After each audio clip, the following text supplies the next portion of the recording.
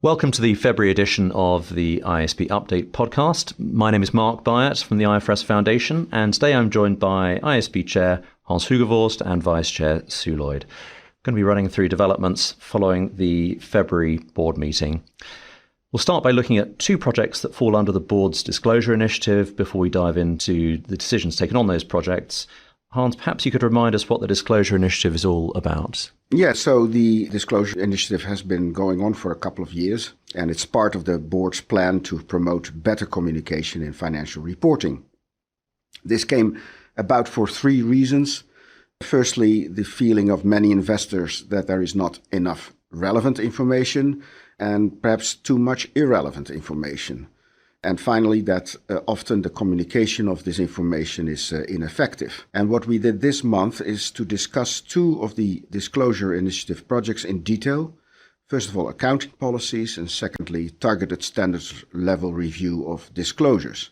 It's also worth mentioning that the subsidiaries that are SMEs project, which was discussed in detail in the January podcast, also falls under the disclosure initiative. Okay, thanks, Hans. So let's turn our attention to the first of the projects you mentioned, accounting policies. Sue, perhaps you could highlight what was discussed at this month's meeting and what decisions were made. Okay, sure. So the accounting policies part of the disclosure initiative is looking at improving the disclosures provided in financial statements about accounting policy disclosures, because we've heard quite some frustration about them being too long and often being very boilerplate, so not very entity specific. So we put out an ED last year, and at this meeting the staff presented the board with an analysis of the feedback we got in the comment letters on that exposure draft. And overall, respondents supported the main proposals, which were to require companies to disclose their material accounting policies rather than their significant accounting policies. And also there was a broad support for including some new examples in the IFRS practice statement on the concept of materiality to describe how to apply the concept of materiality when deciding what accounting policies there should be disclosures provided about. So this was very much a sort of an update meeting. The board wasn't asked to make any decisions, and the staff was really asking the board which parts of the comments that we received would we like to look at in more detail when we follow on with the discussions of the feedback we've received. Great, thank you.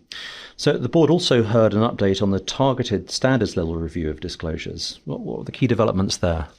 So again, part of the disclosure initiative and looking at trying to improve the usefulness of disclosures by improving the way we draft our disclosure requirements in a couple of standards. So the staff have been testing a draft approach to guidance using the requirements in IAS 19, the Employee Benefits Standard, and IFRS 13, the Fair Value Measurement Standard. So at this meeting we discussed a very specific staff proposal about a reconciliation of movements in Level 3 fair value measurements, and also we decided that the staff should update our guidance that we've prepared for our own use internally to reflect the developments we've made over the course of the project to date. So we're getting closer now to moving towards the drafting of the exposure drafts on this part of the project. Great, thank you. So moving away from the disclosure initiative, let's look at other projects discussed at the February meeting. Sue, perhaps we could stay with you to provide an update on the business combinations under common control. Okay, so just to remind people, this is a project all about developing requirements for how you have to account for a business combination which occurs within a group, so where the ultimate parent hasn't changed.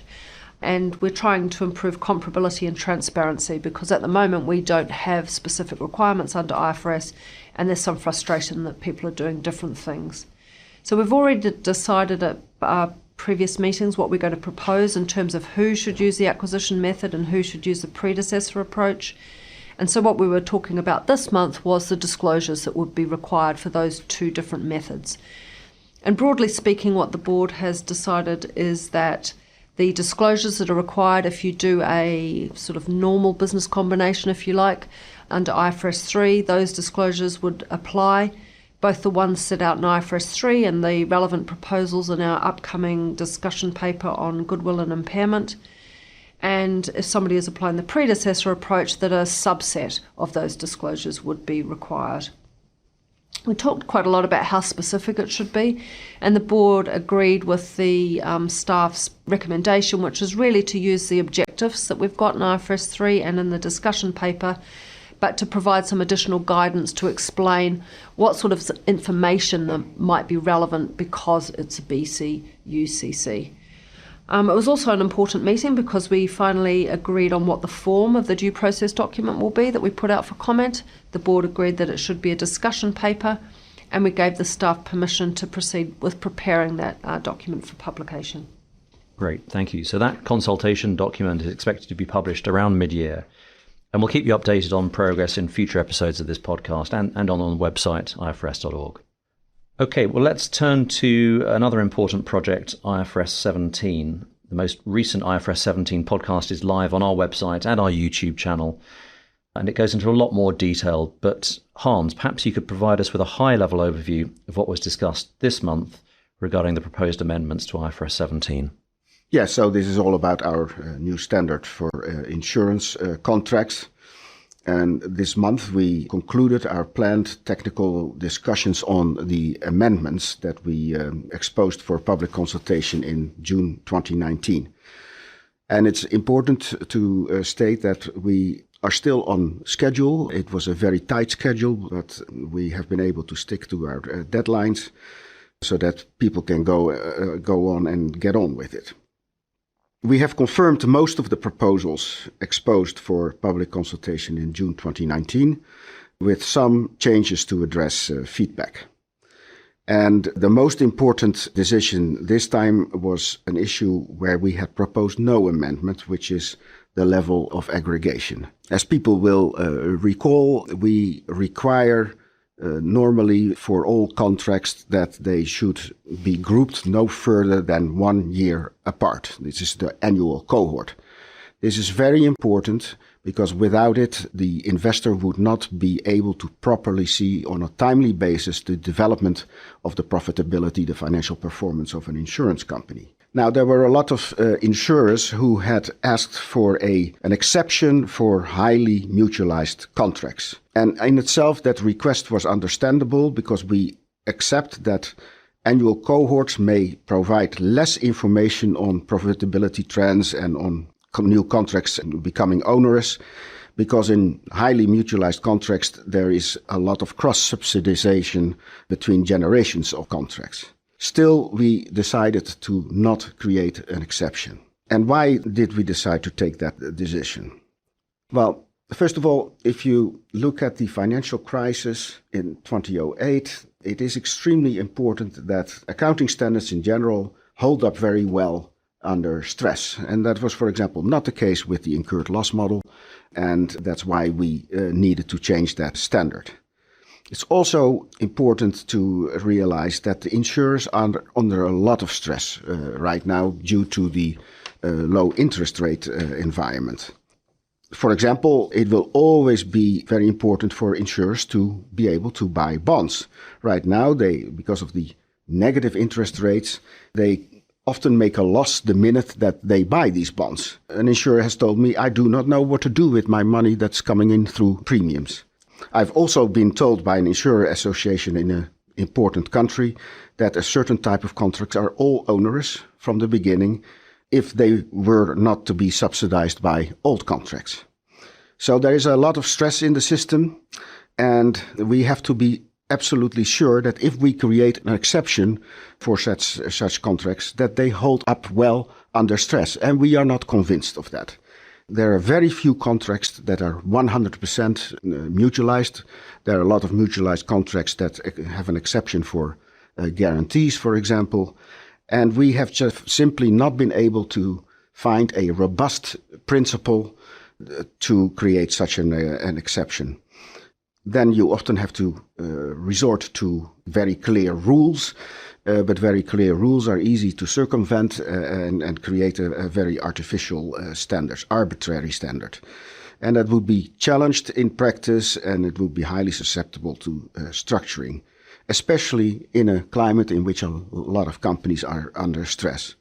So that's why we decided to take no risk and to remain with the decision as it is.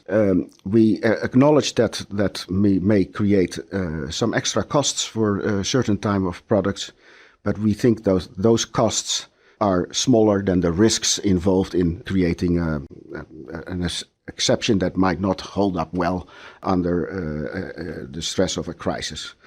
So that's where we are. We are convinced we took the right decision. We are also convinced, even if we had taken another year to try to find a principle where we would not have found it. Okay. Clearly a very important project and an important board meeting. Sue, perhaps we could turn to another important project, which is the Phase 2 of IBOR. Sure. So just to remind people, Phase 2 is dealing with situations where companies are now making amendments to their financial instruments and also amendments to their hedging relationships as a result of changes to benchmark interest rates around the world. And what we're trying to make sure is that there's useful information provided about this process in the financial statements, that there's not sort of unnecessary disruption in accounting. And also we're trying to provide some support for preparers as they modify their contracts. So I'll focus on a couple of specific decisions that the board made at this meeting. Firstly, the board at previous meetings have agreed to propose an amendment so that if a interest rate is calculated in a different way, but the words in a contract are not changed, that would also be considered a modification of the contract for accounting purposes. We had proposed to make that amendment for all such changes in calculation, but at this meeting the board agreed that we would limit the effect of this amendment to changes arising from IBOR reform at this point in time, and we'll come back later and look at the broader amendment. That's just to keep us focused given the timing pressure on this part of the project.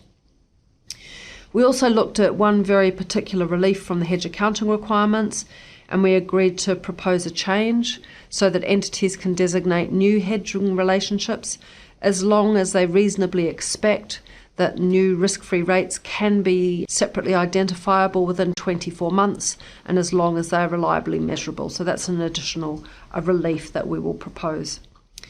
We also agreed to propose that the changes that we're making to IAS 39 and IFRS 9 will be mandatory rather than voluntary. And also we talked about how long these changes would last. So people who have been watching this project will know that we put a sort of official end date on the changes for Phase 1. We decided we didn't need to do this for Phase 2 per se, and that's because people will apply the amendments to changes in their contracts and changes in their hedging relationships only as long as those changes arise directly from IBOR reform. So that's got a sort of natural termination date anyway. We also spoke about the effective date and transition requirements. And I think importantly for everybody who's watching this project, it was the end of the Phase 2 discussions at the February meeting. So the board also agreed on a 45-day comment period and gave the staff permission to move on to the drafting process for this exposure draft. Excellent. Thank you. That's obviously an important consultation to look out for. So I think that's pretty much it. Hans, Sue, thank you for joining me today. The full summary of the board's discussion and decisions at the February meeting can be found in the IASB update on the IFRS Foundation's website. If anyone listening has any feedback or suggestions about these podcasts, then please email communications@ifrs.org. Until next time, thank you for listening.